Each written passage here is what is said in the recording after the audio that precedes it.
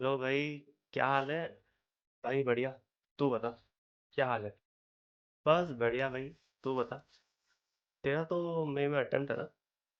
हाँ भाई, बस उसी की तैयारी चल रही है। फटी पड़ी है। तो फिर कौन सा रिवीजन चल रहा है? अभी तो सेकंड रिवीजन शुरू किया है। अब लेट्स सी क्या होता है। अच्छा, फिर मॉक टेस्ट सीरीज किसकी? नहीं यार, मॉक टेस्ट सीरीज क्या करेगा मेरा? मैं तो ना सीधा एग्ज़ाम में जाके फोड़ूंगा। तो देखियो। ठीक है भाई, बताना मेरी जिम्मेदारी थी। बाकी मेरी पूरा शॉट आपको देखना है तो please go to the Mentoreshwars channel, वहाँ पे आपको ये रील मिल जाएगी। ये सी रजत का चैनल है। सो हेलो हेलो, नमस्ते, Radhe Radhe to all my people, to all the aspirants जो भी इस वीडियो को देख रहे हैं। नमस्कार, स्वागत है आपका इस चैनल की पहली वीडियो के अंदर। जैसा वीडियो का टाइटल है, why test series are important, पहले उसकी बात करते हैं ना। आपने देखा है कभी पहले के ज़माने में, एंशिएंट टाइम्स में भी, जब भी कोई वॉर होता था उससे पहले मॉक बैटल्स किए जाते थे। ठीक है, सारे योद्धा, सारे वॉरियर्स, वो सारे प्रैक्टिस करते थे। There is also a saying by, ये आपको ध्यान में रखना पड़ेगा, you should have a plan. Plan बहुत ज़रूरी है, स्ट्रैटेजीज बनाना बहुत ज़रूरी है, लाइफ में भी और आपके एग्ज़ाम में भी। अब टेस्ट सीरीज़ इम्पॉर्टेंट क्यों है, क्या ज़रूरी है, क्या ज़रूरत है टेस्ट सीरीज़ की?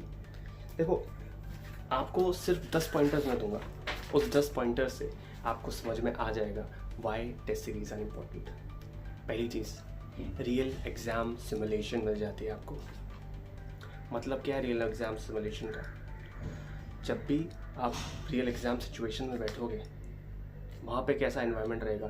मैं मान सकता हूँ ऑनलाइन अगर आप मॉक टेस्ट सीरीज़ ले रहे हो तो आपको रियल एग्ज़ाम सिमुलेशन नहीं मिलेगा, बट अगर आपको सस्ते में और रियल एग्ज़ाम सिमुलेशन लेना है तो ICAI भवन जाओ, आपके पास वाला जो भी है, 100 रुपये वहाँ पे दोगे आप पर सब्जेक्ट के, आपको रियल एग्ज़ाम सिमुलेशन भी मिलेगा और इवेल्युएट होकर भी कॉपी मिल जाएगी।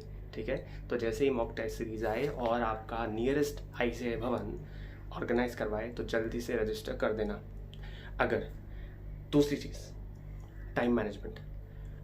CA एग्ज़ाम्स सिर्फ ना आपको लिखना या पढ़ना नहीं है, यही होता है एग्ज़ाम के अंदर आपके पास टाइम कम होता है। वो जो 3 घंटे होते हैं वो 3 घंटे भी कम ही होते हैं, बिकॉज अब आप देखोगे ना, पहले 100 मार्क्स का पेपर आता था। ठीक है, उस 100 मार्क्स के अंदर जो आज 6 मार्क्स का क्वेश्चन आपको मिल रहा है ना, 70 मार्क्स के प्रपोर्शनेटली, वो 6 मार्क्स का क्वेश्चन वो 100 मार्क्स के अंदर 8 या 10 मार्क्स का आता था। आज वो 6 मार्क्स का कर दिया गया है। MCQs अलग से हैं, और MCQs सिर्फ ऐसे नहीं कि आप बस बिना टाइम लगाए कर दिए, उसमें भी आपको कैलकुलेशन करना ही पड़ेगा, उसमें भी उतना ही टाइम लगेगा। ठीक है, सो टाइम मैनेजमेंट आप सीख जाते हो मॉक टेस्ट सीरीज देने से। Third, identifying strengths and weaknesses. Strengths and weaknesses, for example, if I say you are weak at vegan direct text, but your strength is indirect text, your strength is AFM, your strength is FR, वैसे तो FR और DT किसी की strength होगी, थोड़ी सी अजीब बात है, बट 10-2 हो सकती है। ये आपकी खुद की एक इंटेलिजेंस है। शायद आपको FR DT अच्छा लगता हो, ऑडिट बहुतों को नहीं अच्छा लगता, बट हो सकता है किसी का थ्योरी स्ट्रेंथ हो। स्ट्रेंथ्स और वीकनेसेस पहचान करने के अंदर मॉक टेस्ट सीरीज़ का बहुत बड़ा योगदान, बहुत बड़ी कंट्रीब्यूशन होती है।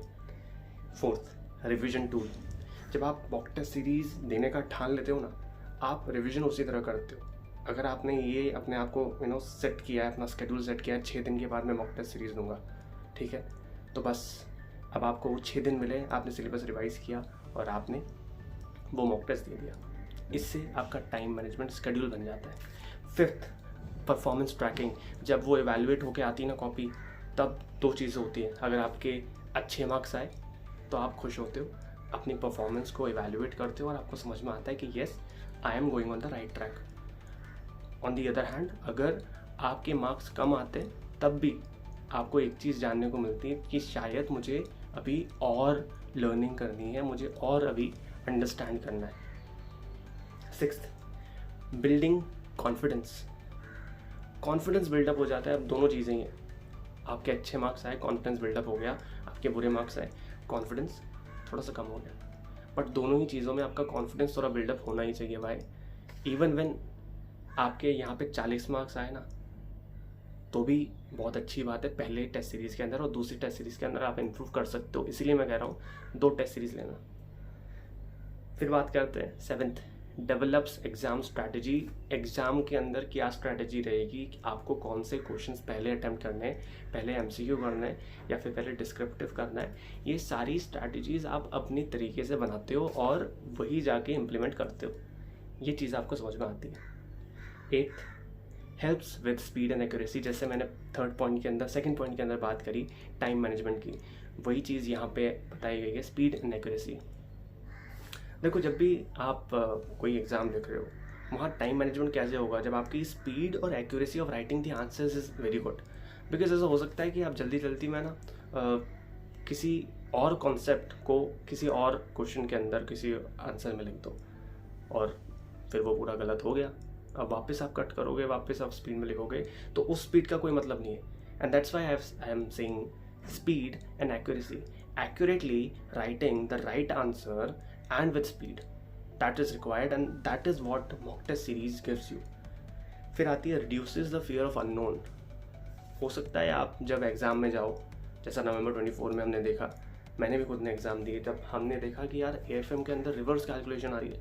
अब ऐसा नहीं कि कुछ अलग बहुत ज़्यादा हो गया, बट होता है ना कि यार जब अपन ने क्वेश्चन एक तरह का देखा है और वहाँ पे दूसरी तरह का आ जाए तो थोड़ा सा पैनिक होता है, राइट, थोड़ा सा फियर आती है। इसके लिए आप तैयार हो जाओगे जब आप मॉक टेस्ट सीरीज दोगे। बिकॉज मॉक टेस्ट सीरीज़ के अंदर भी अगर आप एक अच्छी सीरीज़ ले रहे हो, आपको थोड़े से अलग क्वेश्चन मिलेंगे जो आपने नहीं सॉल्व किए, ठीक है।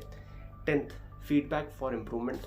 जब भी पेपर्स, आंसर शीट्स इवेलुएट होके आती है मॉक टेस्ट सीरीज़ की, कोई अच्छा इवेलुएटर हमेशा आपको फीडबैक लिख के देता है, रिव्यू देता है अच्छा खासा, जिससे आपको समझ में आता है कि आपको अब कौन से टॉपिक्स पे, अब कौन से कॉन्सेप्ट्स पे इम्प्रूव करना है। और वही सबसे बड़ा टेक अवे होता है after giving a mock test series. ये हो गए 10 पॉइंटर्स अपने। इन 10 पॉइंटर्स को ध्यान में रख के आप डिसाइड करना आपको टेस्ट सीरीज लेनी है या नहीं, ये आपका डिसीजन रहेगा। अब बात करते हैं थोड़े और ज्ञान की। देखो, टेस्ट सीरीज की चॉइस जब भी आप करो, हमेशा ध्यान में रखो पैसे से हटकर पहली चीज़ ये सोचो क्वालिटी ऑफ क्वेश्चंस अच्छे होने चाहिए, ठीक है। आंसर शीट इवैल्यूएशन कोई बीकॉम पास आउट आपके सजेस्टेड आंसर लेके चेक नहीं करना होना चाहिए, जो कि ज़्यादातर बड़ी बड़ी जो टेस्ट सीरीज ऑर्गेनाइज करते हैं ना, वो करवाते हैं, ठीक है। 3rd, पर्सनल मेंटरशिप मिल पाए, क्योंकि होता ये है सीए के अंदर है ना, हम स्टडी पार्टनर्स नहीं ढूंढ पाते। गॉड ब्लेसिंग है अगर मिल जाता है, बट ज़्यादातर नहीं मिलता है।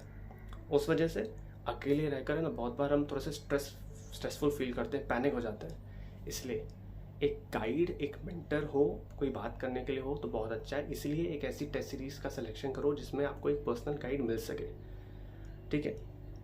4th चीज़ ये है, प्राइस एक बिल्कुल थोड़ा सा नॉमिनल हो, जिसको इन सब बातों का ध्यान में रखो। मुझे लगता है कि मैं ये नहीं कहूँगा कि सिर्फ मेंटोरेश्वर की टेस्ट सीरीज परचेज करो। I am new, I understand, शायद तुम्हें विश्वास करने में भी थोड़ी दिक्कत हो सकती है, बट मैं ये कहूँगा 10 बच्चों ने अभी तक विश्वास दिखाया है, 20 बच्चों का बैच था, 10 सीट्स और बची है। अगर तुम्हें विश्वास होता है तो बिल्कुल सब्सक्राइब कर लो सीरीज़ को। साइट लाइव होने वाली है, उससे पहले अभी गूगल फॉर्म का लिंक इन द डिस्क्रिप्शन है, आप जाके परचेज कर सकते हो। और बाकी इन्फॉर्मेशन के लिए और अपडेट्स के लिए स्टे ट्यून्ड विद अस। मेंटोरेश्वर, सी रजत, दोनों चैनल्स को सब्सक्राइब कर दो। इंस्टाग्राम जो पूरा पेज है हमारा, दोनों को फॉलो कर सकते हो। लिंक्डइन पे फॉलो कर सकते हो, फेसबुक पे फॉलो कर सकते हो, ट्विटर पे फॉलो कर सकते हो, सारे सोशल मीडिया पे आप फॉलो कर सकते हो, ठीक है। आप जहाँ भी एक्टिव हो वहाँ पे फॉलो कर लो। You will get the information, you will get updates.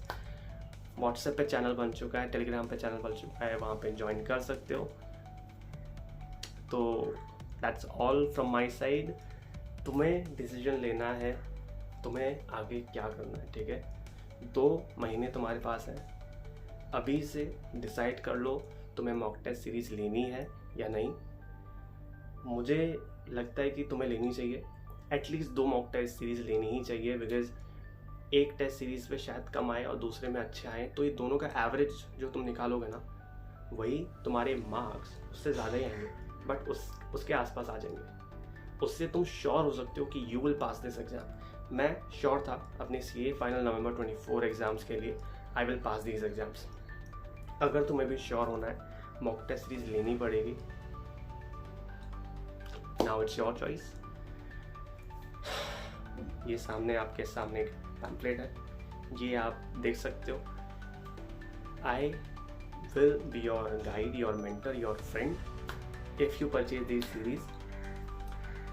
बाकी मिलते हैं टेलीग्राम पे, आप मुझे मैसेज करो, मैं आपको अपना कॉन्टैक्ट दे दूँगा। Thank you for watching this video.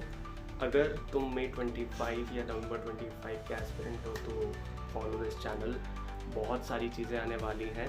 तुम फाइनल पास कर भी लोगे, उसके बाद भी मेंटोरेश्वर तुम्हारे साथ रहेगा। अगर तुम इंटर पास कर चुके हो या करोगे, अभी रिजल्ट्स आने ही वाले हैं, ठीक है, उसके बाद आर्टिकलशिप में भी मेंटोरेश्वर तुम्हारा साथ देगा। हर जगह तुम्हें मेंटोरेश्वर साथ मिलेगा। सो जैसा मेंटोरेश्वर को मैंने स्टार्ट किया विद अ लाइन, साथ आगे बढ़ते। Bye bye, see you in the next video.